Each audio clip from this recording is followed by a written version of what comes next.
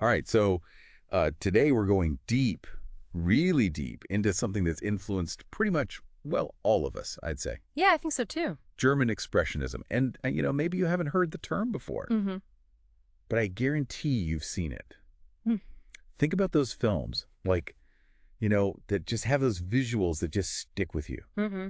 The ones that kind of, like, get under your skin a little bit. Yeah, totally. Like a feeling, almost more than just the look. Yeah, exactly, exactly. And that's a lot of what we're going to be talking about today. Right, and that's German Expressionism. It was this movement back in the early 1900s, and it had a huge GE impact on, well, I mean, on everything we watch today. Mm-hmm. So to really understand it, we have to rewind a bit and go back to Germany. Okay. Just after World War One, you've got this country that's, well, let's just say it wasn't a very happy place. Right. I mean, there's so much unrest, the economy was a mess, and I don't know, there's just this feeling, like this anxiety in the air, you know? Yeah, like this unsettled, unstable feeling everywhere. Exactly. And German Expressionism, it was kind of like a mirror reflecting all of that, all those emotions, but like visually. Okay, so we've got this really intense backdrop, Mm. but how did that actually show up on the screen? What am I actually looking for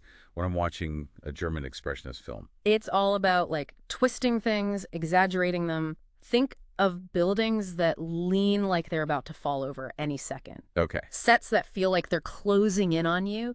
And shadows, man, shadows are everywhere. It's not about showing you reality like, like a documentary or something. Right, right. It's about taking those inner feelings, those emotions, and like making them real.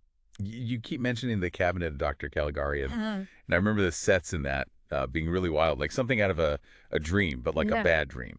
Yeah. That film is like textbook German Expressionism. Oh. They used all these techniques like playing with perspective, so things like warped, and then the lighting, chiaroscuro it's called. So basically it's like super dramatic light and dark, so you get these really harsh shadows, and it just makes you feel, I don't know, unsettled. It's not just what you see, it's how it makes you feel, right? That's really interesting. So it's messing with us visually to create this whole mood. Exactly. Now, you mentioned the Weimar Republic, and maybe some of us didn't pay super close attention in history class. So what exactly was going on in Germany at the time? Oh, right, sure. So the Weimar Republic, it was this period in Germany between the end of World War One, like 1919, and the rise of the Nazis in 1933. And it was, well, pretty much chaos.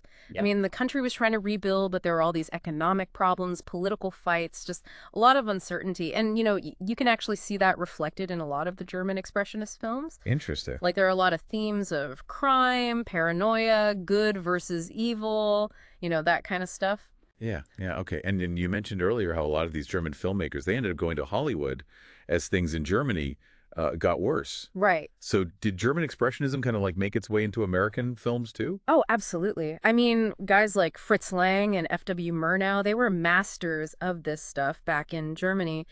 And when they went to Hollywood, they brought those techniques with them.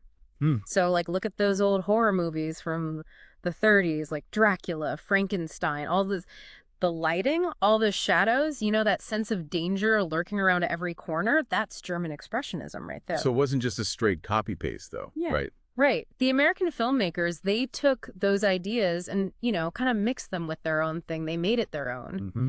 And I mean, that's still going on today. I mean, if you watch like psychological thrillers or film noir, the way they play with light and shadow to, I don't know, to make you feel uneasy or like something bad is about to happen. Yeah, yeah. It all goes back to German Expressionism. Wow.